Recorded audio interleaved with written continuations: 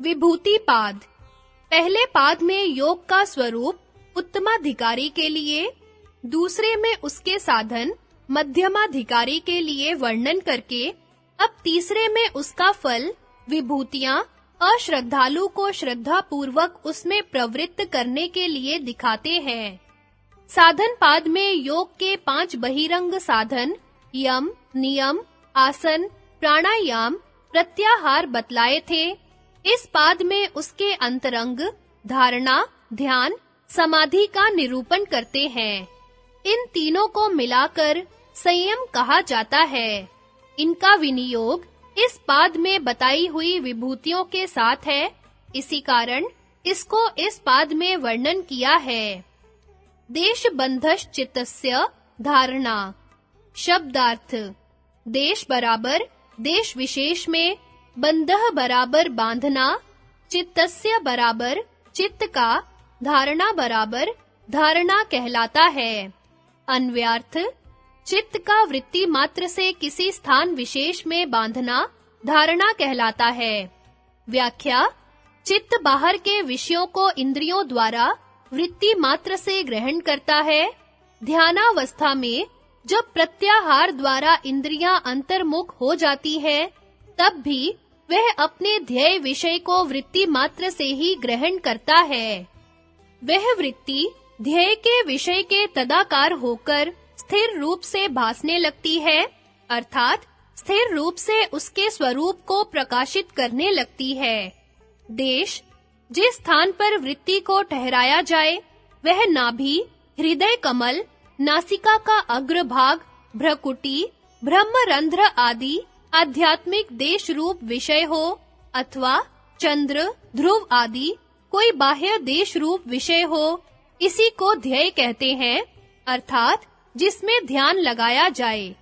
बंध: अन्य विषयों से हटाकर चित्त को एक ही ध्येय विषय पर वृत्ति मात्र से ठहराना। इस प्रकार आसन, प्राणायाम, प्रत्याहार आदि द्वारा जब चित्त स्थिर हो जाए, तब उसको अन्य विषयों से हटाते हुए एक ध्येय विषय में वृत्ति मात्र से बांधना, अर्थात ठहराना धारणा कहलाता है। तत्र प्रत्ययिकतान्ता ध्यानम। शब्दार्थ: तत्र बराबर उसमें, प्रत्यय बराबर वृत्ति का, एक तांता बराबर एक सा बना रहना, ध्यानम बराबर ध्यान है। अन्वयार्थ: उसमें वृत्ति का एक सा बना रहना ध्यान है। व्याख्या: तत्र बराबर उस प्रदेश अर्थात ध्येय विषय में जिस चित्त को वृत्ति मात्र से ठहराया है। प्रत्यय बराबर ध्येय की आलोचना करने वाली वृत्ति, अर्थात वह वृत्ति जो धारणा में ध्येय के तदाकार होकर उसके स्वरूप से भासती है। एक तांता बराबर एक सा बना रहना, अर्थात उस ध्येय आलंबन वाली वृत्ति का समान प्रवाह से लगातार उदय होते रहना और किसी अन्य वृत्ति का बीच में न आना। धारणा में चित्त जिस वृत्ति मात्र से ध्येय में लगता है, तब वह वृत्ति इस प्रकार समान प्रवाह से लगातार उदय होती रहे कि दूसरी कोई और वृत्ति बीच में न आए, तब उसको ध्यान कहते हैं। तदेवार्थ मात्र निर्भासम स्वरूप शून्यमेव समाधिः। शब्दार्थ: तदेव बराबर वही ध्यान, अर्थ मात्र निर्भासम बराबर अर्थ मात्र से भासने वाला, स्वरूप शून्यम इव बराबर स्वरूप से शून्य जैसा, समाधि बराबर समाधि कहलाता है।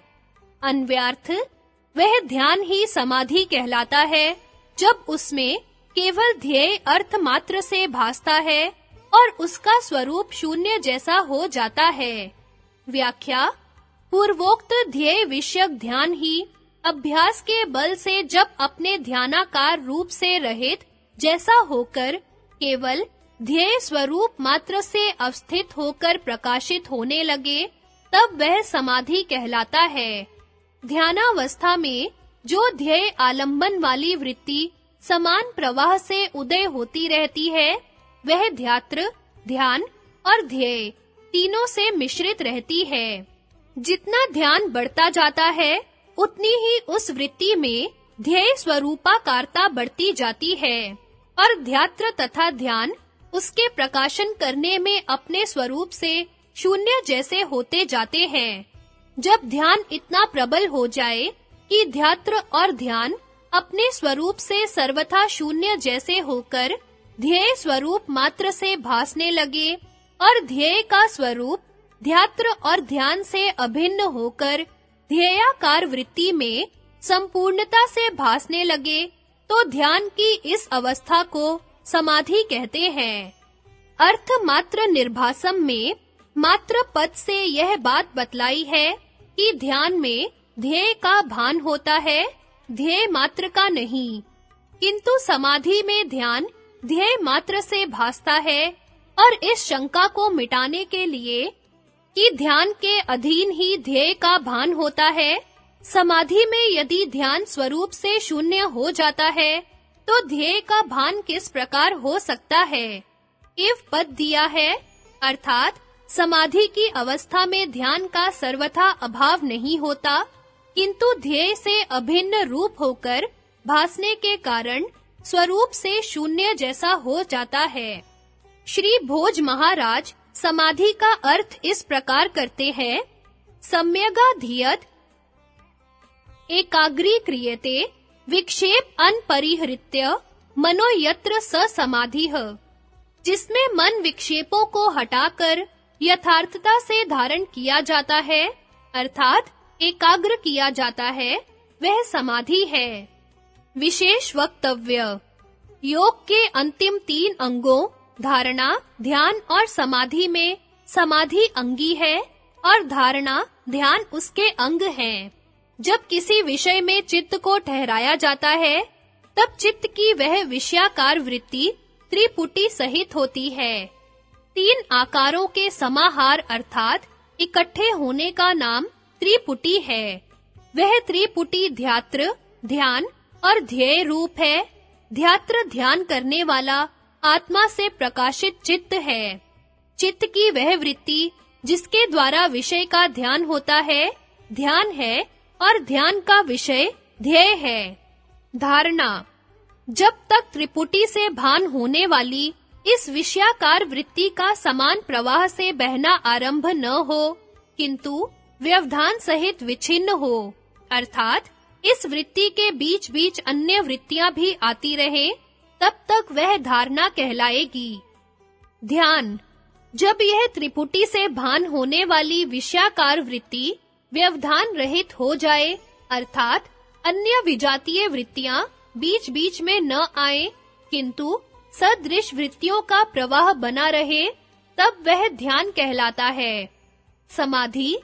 जब इस ध्यान अर्थात व्यवधान रहित त्रिपुटी से भासने वाली विषयाकार वृत्ति में त्रिपुटी का भान जाता रहे और ध्यात्र तथा ध्यान भी विषयाकार होकर अपने स्वरूप से शून्य जैसे भासने लगे, अर्थात जब यह भान न रहे कि मैं ध्यान कर रहा हूँ, यह ध्यान की अवस्था है, किंतु केवल ध्येय विषय के स्वरूप का ही भान होता रहे, तब यह समाधि कहलाती है।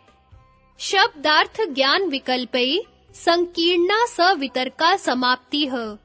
शब्द, अर्थ और ज्ञान के विकल्पों से संयुक्त सवितर्क समाप्ति कहलाती है। स्मृति परिशुद्धो स्वरूप शून्य एव अर्थ मात्र निर्भासा निर्वितर्का। स्मृति से परिशुद्ध होने पर स्वरूप से शून्य जैसे केवल अर्थ मात्र से भासने वाली निर्वितर्क समाप्ति कहलाती है। यह संप्रज्ञात योग अथवा सबीज समाधि है, क्योंकि इसमें त्रिपुटी का अभाव हो जाता है। संगति।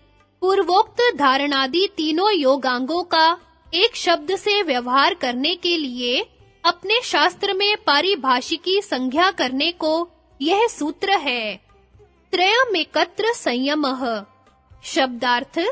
त्रयम् बराबर तीनों का, एकत्र बराबर एक विषय में होना, संयमः बराबर संयम कहलाता है। अन्व्यार्थ। तीनों का एक विषय में होना संयम कहलाता है। व्याख्या। समाधि अंगी है और धारणा, ध्यान उसके अंग हैं। धारणा और ध्यान समाधि की ही प्रथम अवस्था है। विभूति आदि में इन तीनों की ही आवश्यकता होती है। इसलिए योग शास्त्र की परिभाषा में इन तीनों के समुदाय को संयम कहा जाता है। संगति संयम के अभ्यास का फल बतलाते हैं। तज्ज्ञात प्रज्ञालोकः शब्दार्थ तज्ज्ञात बराबर उस संयम के सिद्ध होने से, प्रज्ञा बराबर समाधि प्रज्ञा का, आलोकः बराबर प्रकाश होता है। अन्व्यार्थ उसके जय से समाधि प्रज्ञा का प्रकाश होता है। व्याख्या तज्ज्ञः बराबर संयम जय। अभ्यास के बल से संयम का दृढ़ परिपक्व हो जाना संयम जय है।